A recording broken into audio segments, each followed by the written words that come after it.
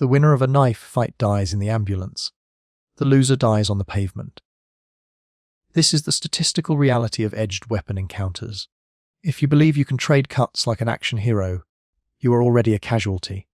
A knife is not a tool for dueling. It is a tool for assassination. In a close quarters ambush, fine motor skills vanish. Adrenaline dumps eliminate pain perception. Complex martial arts disarms fail 90% of the time against a resisting opponent. We are dismantling the most dangerous myths about knife defense. Forget the movies. This is about hemorrhage control and survival. Myth number 1, the standoff. You expect a duel. You expect the attacker to show the weapon, circle you, and posture. This is false. Real knife attacks are ambushes. They are violent, chaotic, and overwhelming. The weapon is rarely visible until it is inside you. Criminals do not brandish weapons to intimidate. They conceal them to close the distance. The attack often begins with a distraction or a grab with the offhand, followed immediately by multiple, rapid stabs in a sewing machine motion. If you are waiting for a visual confirmation of the blade, you are reacting too late. Assume every aggressive movement in close proximity involves a hidden weapon. Keep your hands up, palms open, protecting your vitals. Distance is life. Myth number 2, disarming is a primary strategy. Attempting to grab a wrist or strip a blade from a frantic attacker is a high probability failure. A human arm retracts faster than you can grab it. Sweat, blood, and dynamic movement make the wrist a slippery target. While you hunt for the limb, the blade is finding your torso. Disarms are incidental, not fundamental. They only occur after the attacker's structure has been broken or their consciousness compromised. Your priority is not the weapon. It is the attacker's ability to drive the weapon, stun the brain, break the structure, or create distance. Never focus your vision solely on the knife. It causes tunnel vision, leaving you open to headbutts, strikes, or a second accomplice. Myth number 3, pain compliance works. Slashes do not stop determined attackers. A superficial cut to the arm or chest will not end the fight. Adrenaline masks pain completely. An attacker high on narcotics or rage will not feel a defensive cut until the fight is over, relying on defanging the snake. Cutting the attacker's hand requires precision you do not have under stress.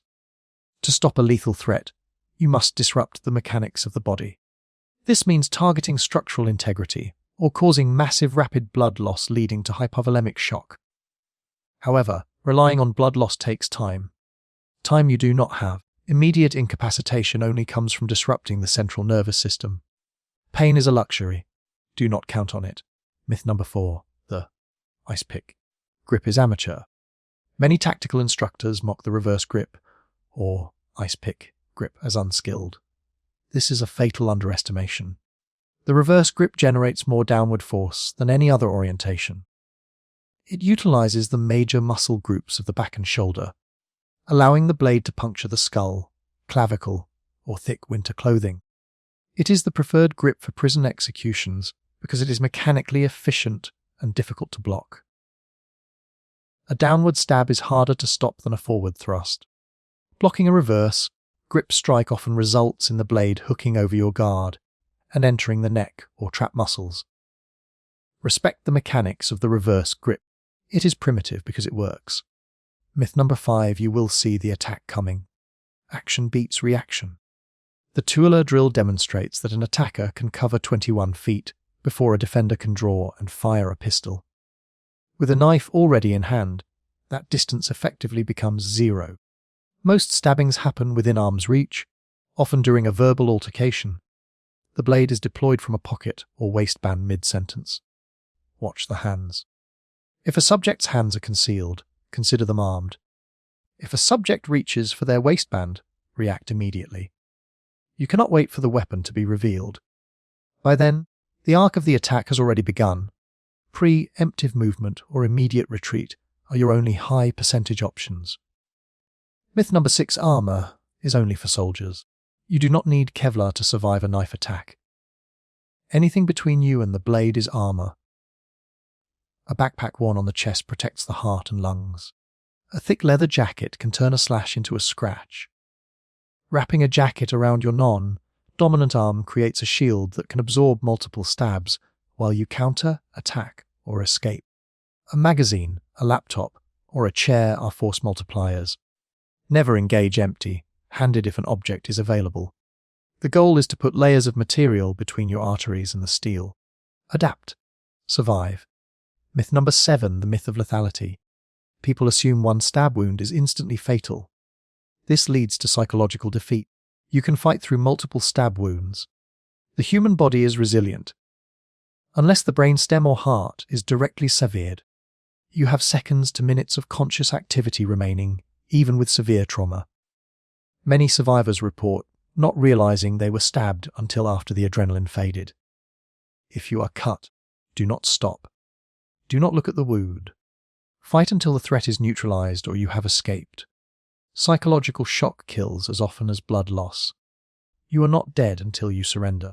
If escape is impossible and you are forced to engage, follow the hierarchy of survival. 1. Obstacles. Put a car, a table, or a fence between you. 2. Improvised weapons. Range is your friend. A long stick, a belt, or a thrown object disrupts the attacker's OD loop. 3. Control the delivery system. If you must grapple, control the arm, not the wrist. 2. On one limb control is essential to prevent the weapon from retracting for another strike. Pin the arm to your body or drive it into a wall. 4. Violence of action. Once committed, you must be more violent than your attacker. You are fighting for your life. There are no rules. Eyes, throat, groin, and the threat. Post-encounter survival depends on immediate hemorrhage control. You must carry a tourniquet. You must know how to pack a junctional wound. A knife wound to the femoral artery will bleed you out in 3 minutes. Police and EMS will not arrive in time. You are your own first responder. If you carry a defensive weapon but not a trauma kit, you are planning to kill, not to survive. This is a failure of logic. The best knife defense is cardio. Run. Avoid transitional spaces where you can be cornered. Situational awareness prevents the ambush before it forms. But if the corner is turned and the steel is drawn, accept the reality. You will bleed. Your clothes will be ruined. You may sustain life-altering injuries. Accept it instantly and focus on the only metric that matters, stopping the threat so you can go home. Myths provide comfort. Reality demands preparation. Stay vigilant.